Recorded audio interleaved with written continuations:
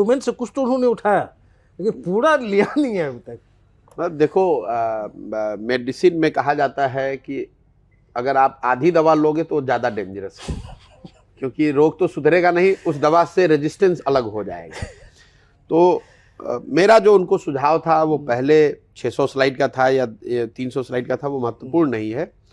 वो कभी मैंने कांग्रेस को ये सुझाव नहीं दिया कि अगला चुनाव आप कैसे जीतेंगे। मेरा अपना आकलन है, सही है गलत है वो अलग बात है, कि कांग्रेस में की जो ताकत में जो गिरावट आई है वो सिर्फ एक कोई राहुल गांधी की वजह से, एक इलेक्शन की वजह से नहीं है। एक गिरावट 1985 से लगातार आ रही है कांग्रेस में। कई लोगों को लगता है अरे कांग्रेस तो 2014 में चुनाव हारी है। नहीं, ऐसी बात नहीं है। कांग्रेस 1985 के बाद इस देश में कभी चुनाव नहीं जीत कर आई है। ये लोगों का भ्रम है। भाई लोग कहते हैं 1989 में कांग्रेस हार गई, राजीव गांधी को कांग्रेस को बीपी सिंह ने हरा दिया। उस हारी हुई कांग्रेस को 1989 में 198 सांसद आए थे।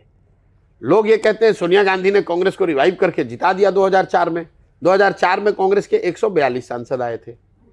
तो कांग्रेस एज ए पार्टी का तो लगातार गिरावट बना हुआ है।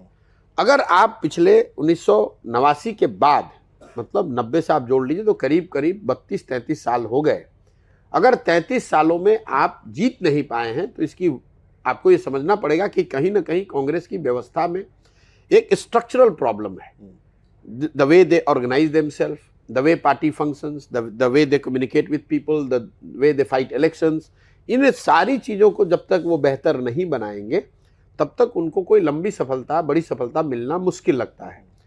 अब इसके लिए वो तैयार हैं नहीं है, कोई एक पीस उठाया उसको कर लिया तो उसका कोई फ़ायदा बहुत होगा नहीं।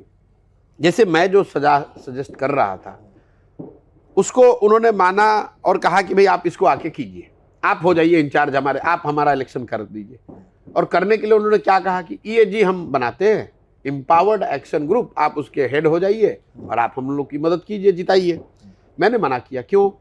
क्योंकि ईएजी करके कोई व्यवस्था कांग्रेस के संविधान में, कांग्रेस के कॉन्स्टिट्यूशन में ऐसी कोई बॉडी है ही नहीं। कांग्रेस के संविधान में कांग्रेस पार्लियामेंट्री पार्टी है, बोर्ड है। कांग्रेस के संविधान में सीडब्ल्यूसी है। तो आप पार्लियामेंट्री पार्टी को नहीं रिवाइव, पार्लियामेंट्री बोर्ड को नहीं रिवाइव कर रहे हो, आप सीडब्ल्यूसी को इंस्टीट्यूशनलाइज नहीं कर रहे हो डिसीजन मेकिंग को, और एक एडहॉक बॉडी बना रहे हैं कि ईएजी बनेगा और प्रशांत किशोर आए और तुरंत हमारा सब कुछ ठीक कर दें। ये तो संभव ही नहीं है। और आपके दर्शकों को ध्यान दिला दूं कि ईएजी तो बना, हम नहीं गए, लेकिन कांग्रेस ने ईएजी बनाया। 8 सदस्यीय वो कमेटी बनी हुई है। आप खुद पत्रकार हैं इतने बड़े, आपको आज तक पता चला कि वो ईएजी जो बनी है वो क्या कर रही है कांग्रेस में? कुछ नहीं कर रही है। तो मैंने जो कांग्रेस को उस समय प्रस्ताव नकारा, मुझे अब लगता है कि बिल्कुल सही था। अगर मैं भी उस ईएजी में होता तो भी मैं कुछ नहीं कर पाता।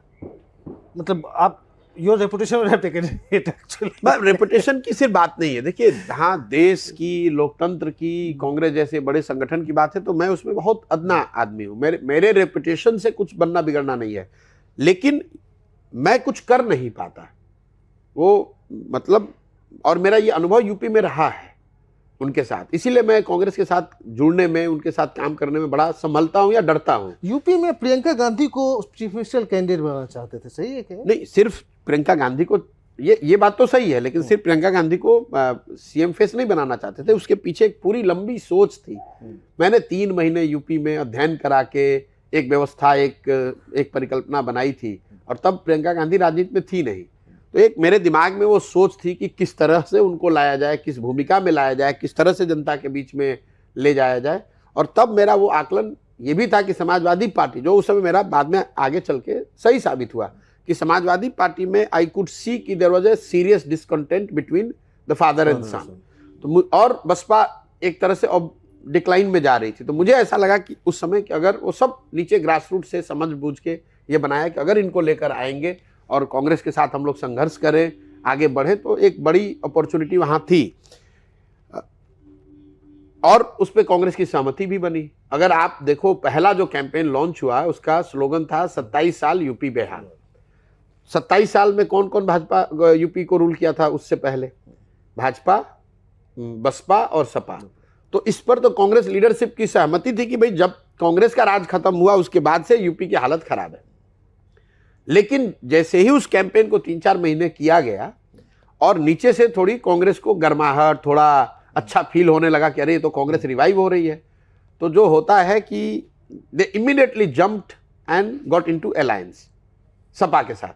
और उस समय सपा चूंकि जमीन पर थी तो उनको लगा ये तो कांग्रेस रिवाइव हो जाएगी तो हम लोग को बड़ा नुकसान हो जाएगा। तो सामान्य समय में जब सपा कांग्रेस को 25-30 सीट भी नहीं देती है, 2017 के चुनाव में लोगों ने ध्यान नहीं दिया, सपा ने 110 सीट दिया कांग्रेस को, जो बाद में रो रहे थे। हाँ, बाद में रो रहा भले, लेकिन उस समय 110 क्यों दिया? इसलिए कि जो शुरुआती 6 महीने काम हुए तो थोड़ी सुगबुगाहट जमीन पर शुरू हो गई। कांग्रेस को उस समय अब मेहनत करने के बजाय इनको लगा कि अब सुगबुगाहट हो गई, जब सपा वाले 110 दे ही रहे तो इनके साथ लड़के जीत ले बिना मेहनत किए हुए। और फिर उन्होंने प्रियंका का लॉन्च, मतलब उससे उस बात से एग्री नहीं कि उससे पीछे हट गए। अब हम लोग के जैसे लोगों की मुसीबत ये थी कि अब चुनाव के 3 महीने पहले अगर आप बैक ट्रैक कर जाएंगे तो हमारे पास ये विकल्प नहीं था कि मैं छोड़कर निकल जाऊं। ये 2 बार आप यूपी में आपने इतनी मेहनत की, यहाँ आपने इनको एक रिवाइवल प्लान दिया पूरी पार्टी को।